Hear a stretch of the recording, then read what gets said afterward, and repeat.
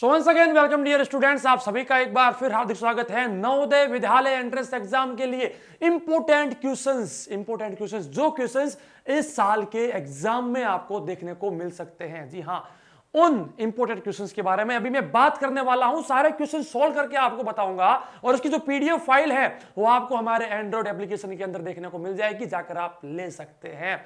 Video अगर पसंद आए और यूट्यूब पर देख रहे हैं तो लाइक और शेयर जरूर कीजिएगा, और अगर हमारे यूट्यूब चैनल पर नए हैं तो सब्सक्राइब जरूर कीजिएगा। जी हां, बात करते हैं उन इंपोर्टेंट क्वेश्चंस के बारे में जो आपको इस साल के एंट्रेंस एग्जाम में देखने को मिल सकते हैं। इसके रिगार्डिंग और भी बहुत सारी वीडियो जाएगी, लेकिन बिना समय गवाए बात करते हैं सबसे पहले क्वेश्चन के बारे में। भाई क्या कहता है सबसे पहला question? Find the surface area of a cube whose volume is 512 centimetre cube. जी हां, उस घन का क्षेत्रफल ज्ञात कीजिए जिसका आयतन 512 सेंटीमीटर घन है।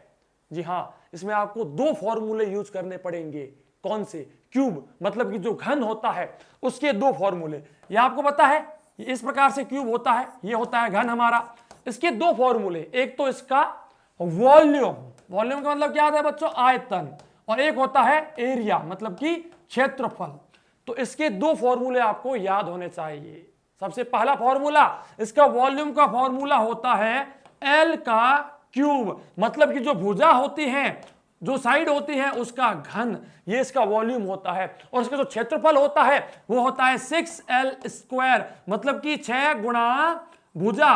भुजा मतलब क्या होता है? साइड का वर्ग। ये इसका क्षेत्रफल का फॉर्मूला मतलब कि सूत्र होता है। लेकिन सबसे पहले मुझे इसकी भुजा ज्ञात करनी पड़ेगी, साइड को फाइंड आउट करना पड़ेगा। तो भाई यहां पर इसका जो आयतन है, वॉल्यूम है, वो 512 दिया गया है, और जो वॉल्यूम होता है, आयतन, वो होता है एल का क्यूब। तो एल का क्यूब इज इक्वल टू 512 हो गया। तो एल इज इक्वल टू क्या आएगा? मतलब कि भुजा क्या आ जाएगी बच्चों? भुजा इसकी आ जाएगी 512 का क्यूब रूट, मतलब कि घन मूल निकालना पड़ेगा। और 512 का घन मूल होता है बच्चों 8। तो भाई 8 सेंटीमीटर इसकी भुजा हो गई। अब हमें क्या करना है? 6L स्क्वायर, मतलब कि 6 गुणा भुजा। भुजा कितनी है? 8, और उसका वर्ग 6 गुणा 8 8 64। अब क्या आएगा बच्चों? 6 चौक 24 का 4, ऊपर लगे 2, 6 छके 36 और 2 38, 684 सेंटीमीटर, सॉरी 600 नहीं है, ये 384 सेंटीमीटर का वर्ग। ये हमारा सबसे पहले क्वेश्चन का आंसर है। भाई बात करते हैं दूसरे हमारे प्रश्न के बारे में। Find the HCF of 20, 25 and 35। 20, 25 और 35 का मसप, महत्तम समापवर्तक, highest common factor find out कीजिए। तो भाई बच्चों देखिए, 20, 25 और 35 की बात हो रही है ना। अब आप जानते हैं 20 के अंदर भी 5 का भाग जाता है, 25 में भी 5 का भाग जाता है, 35 में भी 5 का भाग जाता है, और इसके अलावा इससे कोई भी ऐसी छोटी संख्या नहीं है जिसका भाग, सॉरी, इसके अलावा इससे कोई भी ऐसी बड़ी संख्या नहीं है जिसका भाग इसमें जाता हो। या फिर आप इसका HCF सीधा सीधा निकाल भी सकते हैं। 20 के अंदर 2 का भाग दिया 10 आया, फिर से 2 का भाग दिया 5 आया, 5 का भाग दिया 1 आया। 25 के अंदर बात करते हैं, 25 के अंदर 5 का भाग दिया 5 आया, 5 का भाग दिया 1 आया। 35 की बात करते हैं बच्चों, 5 का भाग दिया, 7 का भाग, यहां पर 7 है, 7 का भाग दिया। तो भाई देखिए सबके अंदर कॉमन कौन आ रहा है? 5। 5 के अलावा कोई भी कॉमन नहीं है, इस कारण से हमारा 5 एकदम सही उत्तर हो जाता है। ऐसे क्वेश्चंस में गलतियां नहीं करनी है, बस थोड़ा सा फोकस करना है कि पूछ क्या रहा है, क्वेश्चंस को सही से पढ़ देना बस। आइए बात करते हैं थर्ड क्वेश्चन के बारे में। चेंज 126 किलोमीटर, जी हां देखिए, चेंज 126 किलोमीटर इनटू मीटर पर सेकंड। 126 किलोमीटर प्रति घंटा को मीटर प्रति सेकंड में हमें कन्वर्ट करना है। एक फॉर्मूला मैंने आपको बताया था जब मैं आपको डिस्टेंस वाला चैप्टर पढ़ा रहा था, दूरी वाला चैप्टर पढ़ा रहा था। क्या बताया था मैंने? जब भी हम किलोमीटर प्रति आवर, किलोमीटर पर आवर को मीटर पर सेकंड में कन्वर्ट करते हैं तो 5/18, 5/18 से उसको गुणा किया जाता है, मल्टीप्लाई किया जाता है। तो भाई 126 की बात हो रही है, 126 गुणा 5/18, ये अपने को मिल गया। यहां पर देखिए इसको हम 3 से काटते हैं तो 6 बार कटा, इसको 3 से काटते हैं तो 4 3 43 टाइम ये यहां पर कट चुका है। ओके, 4 3 12 3, ठीक है। 3 से काटा ना इसको, 4 2 3 2 6, ठीक है, 42 टाइम। अब यहां पर 6 है, 6 36, 6 7 42, ठीक है, 7 बार गया, और 7 5 35, तो 35 क्या आ रहा है बच्चों? 35 मीटर प्रति सेकंड। ये हमारा उत्तर हमें देखने को मिल गया। तो भाई यहां पर क्या है, सिंपल सा फॉर्मूला ही था, 5/18। दो फॉर्मूले होते हैं, एक तो होता है 5/18 और एक होता है 18/5। 5/18 किसके लिए यूज होता है? जब किलोमीटर प्रति घंटा को मीटर प्रति सेकंड में चेंज करते हैं, और 18/5 जब मीटर प्रति सेकंड को किलोमीटर प्रति घंटा में चेंज करते हैं। यही तो हमें यूज करना है भाई, कॉमन सेंस है ये। यहां पर बस एक फॉर्मूला हमें यूज करना है, बाकी कुछ भी गलती नहीं होगी। बात करते हैं नेक्स्ट हमारे इंपोर्टेंट क्वेश्चंस के बारे में।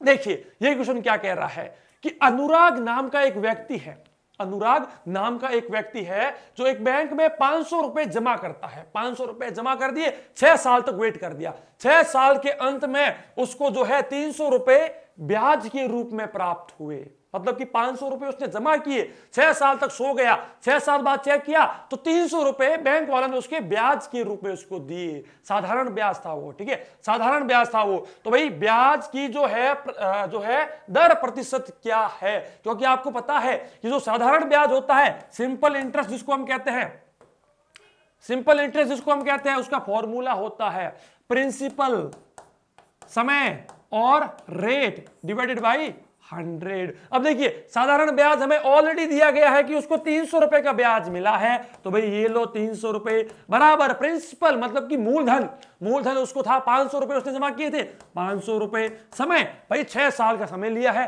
तो 6 साल। रेट यानी कि दर हमें मालूम नहीं है, बट्टा में 100 का तो 100 लिख दो भाई। अब देखिए बच्चों, यहां पर मैं 100 को इस साइड लेकर के आता हूं, या फिर क्या कीजिए इसको इससे काट दो, 0 से 0 काट दिए। फिर क्या मिला बच्चों कि 300 बराबर आ गया, देखिए 300 बराबर आ गया 5 गुणा 6 गुणा में R। अब दर जो है रेट ये आ गया हमारे पास 300 बट्टा में 5 गुणा 6, ये 5 गुणा 6 इसके नीचे आ गए। ओके, अब देखिए यहां पर इसको काटिए, क्या आ गया 6 में जगह 30 आता है तो 60 बट्टा में 6 मतलब कि 10%। ब्याज की दर क्या है बच्चों? 10%। ए हमारा एकदम सही उत्तर हो जाता है। भाई कितने अच्छे क्वेश्चन से, ऐसे ही क्वेश्चन आपको और देखने को मिलेंगे। यूट्यूब पर देख रहे हैं तो लाइक और शेयर करना बिल्कुल मत भूलेगा और सब्सक्राइब जरूर कीजिएगा। भाई बात करते हैं नेक्स्ट हमारे क्वेश्चन के बारे में। Rajni has a fewer than 30 stamps, she can put them equally into 2 groups और 9 ग्रुप्स।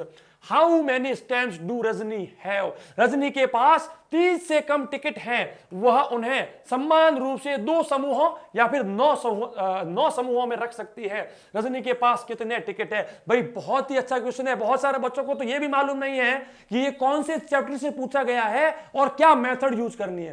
भाई ये आपको एलसीएम और एचसीएफ, लसअप और मसअप वाले से पूछा गया है।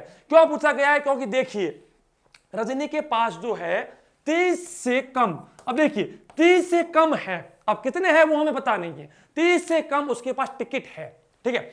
अब वो क्या कर सकती है, इन टिकट्स को या तो 2 ग्रुप में या 9 ग्रुप में डिवाइड कर सकती है, बांट सकती है। मतलब कि 2 बार इसको बांट सकती है या फिर 9 बार इसको बांट सकती है।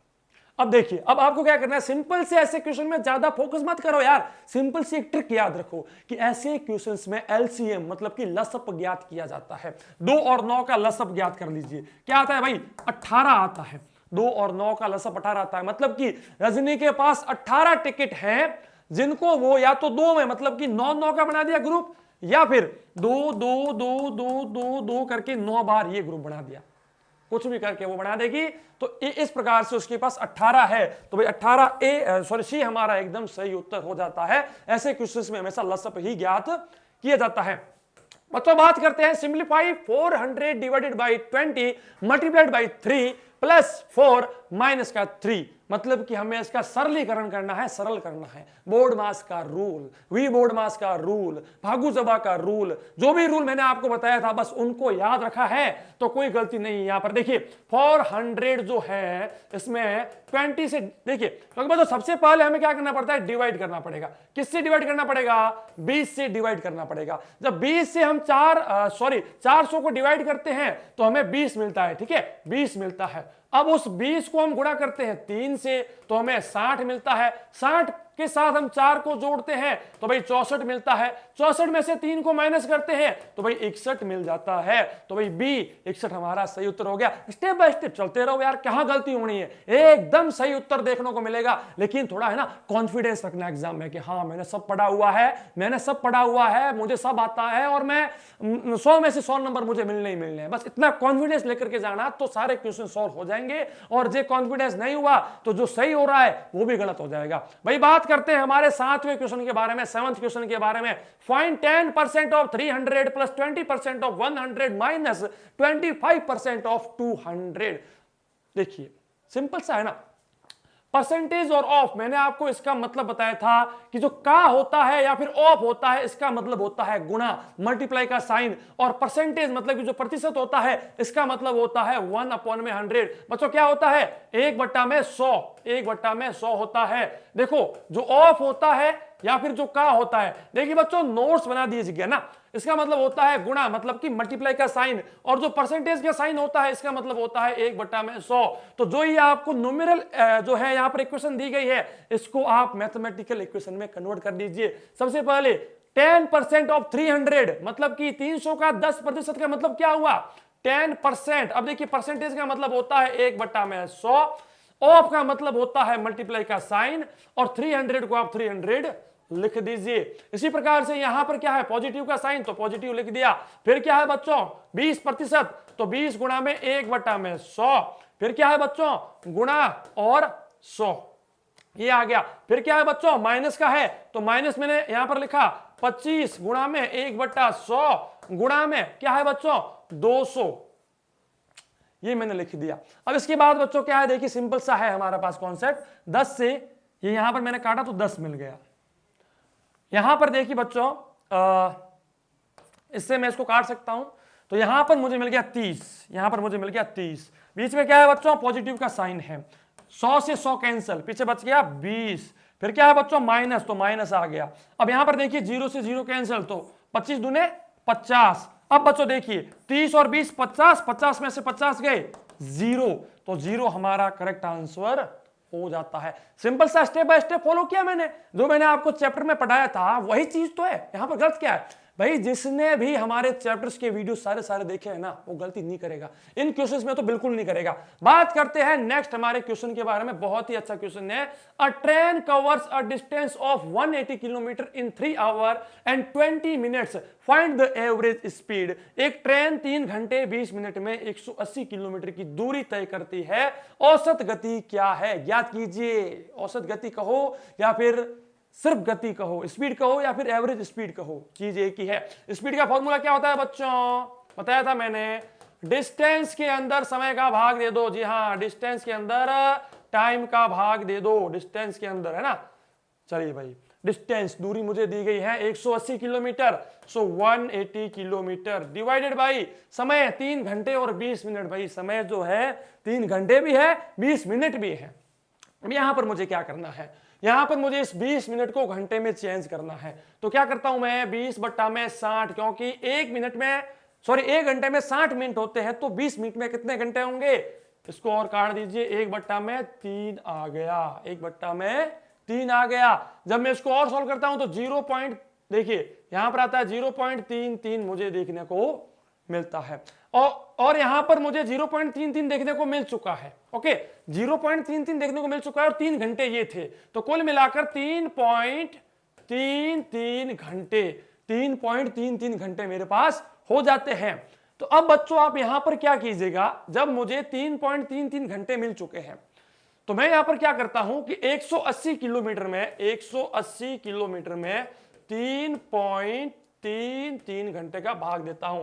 तो आप चेक कर दीजिएगा, लगभग आपका आंसर 54 पॉइंट समथिंग आएगा, 54 पॉइंट समथिंग आएगा। क्योंकि मैं इतना समय यहां पर खराब नहीं करना चाहता, इसलिए आपका आंसर 54 है, आप चेक कर लीजिएगा, 54 आएगा। भाई बात करते हैं 9वें क्वेश्चन के बारे में, 9th क्वेश्चन के बारे में।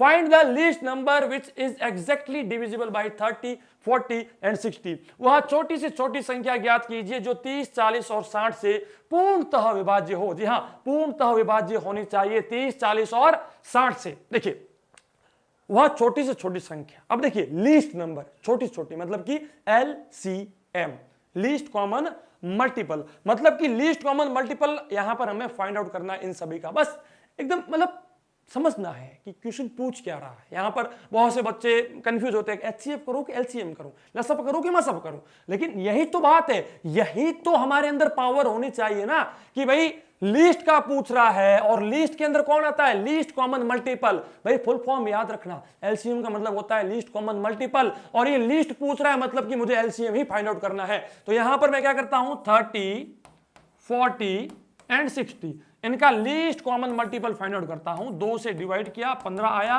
20 आया, 30 आया, 2 से डिवाइड किया 15 आया, 10 आया, 15 आया, भाई 2 से फिर से किया 15 आया, 5 आया और 15 आया, फिर से मैंने 3 से किया तो 5, 5 और 5 मुझे मिल गया। नेक्स्ट क्या करता हूं, 5 से करता हूं तो क्या आएगा, 1 1 1, मतलब कि 5 या 15 दूने 30, दूने 60, दूने 120, तो 120 हमारा आंसर होगा। मतलब कि 120 वो नंबर है जिसके अंदर 30, 40 एंड 60 सब डिवाइड कर सकते हैं, मतलब छोटी से छोटी संख्या। ठीक है, चलिए लास्ट हमारा जो क्वेश्चन है उसके बारे में थोड़ी सी बात कर लेते हैं। वही वीडियो अगर यूट्यूब पर देख रहे हैं तो लाइक और शेयर जरूर बनता है। बात करते हैं, the LCM of two numbers is 240 and their HCF is 20। If one number is 80 then find out the other number. देखिए भाई, दो संख्याओं का लसअप जो है वो 240 है, उनका मसअप 20 है। यदि एक संख्या 80 है तो दूसरी संख्या क्या होगी। सिंपल क्वेश्चन है ना, बस एक फॉर्मूला, एक सूत्र याद रखना है कि दो संख्याएं जो होती हैं, टू नंबर्स जो होते हैं, उनका जो एलसीएम होता है, एलसीएम, और उनका जो एचसीएफ होता है, मेरा कहने का मतलब उनका जो लसअप होता है, देखिए बच्चों, उनका जो लसअप होता है और उनका जो मसअप होता है, उनका जो गुणा होता है, मल्टीप्लिकेशन होता है, वो उन दोनों नंबर के मल्टीप्लिकेशन के बराबर होता है, वो उन दोनों नंबर्स के मल्टीप्लिकेशन के बराबर होता है। तो यहां पर देखिए लसअप मुझे दिया गया है 240, है ना, 240 मुझे दिया गया है, मसअप मुझे दिया गया है, मतलब कि एचसीएफ मुझे दिया गया है 20। इक्वल में देखिए बच्चों, मेरे पास एक नंबर दिया गया है 80 दिया गया है, और दूसरा नंबर मुझसे पूछा गया है। तो देखिए 240, यहां पर देखिएगा बच्चों क्या आएगा, 240 multiplied by 20 divided by 80 is equal to B, मतलब कि सेकंड नंबर 0 से 0 कैंसिल, 8 या 24, 30 गुणा 2, मतलब कि 30 गुणा 2 क्या होता है बच्चों, 60, 60, क्या है बच्चों, 60, 60 वो दूसरा नंबर है, 60 इज द अनदर नंबर। कैसा था वीडियो, अच्छा था, अच्छा लगा, लाइक शेयर और सब्सक्राइब जरूर कीजिएगा। मैं मिलूंगा नेक्स्ट वीडियो में। जय हिंद, जय भारत, धन्यवाद। घिरे हुए अंधियारे को अब हम दूर भगाएंगे, घिरे हुए अंधियारे को अब हम दूर भगाएंगे, ज्ञान की ज्योति जलाएंगे, हम ज्ञान की ज्योति जलाएंगे।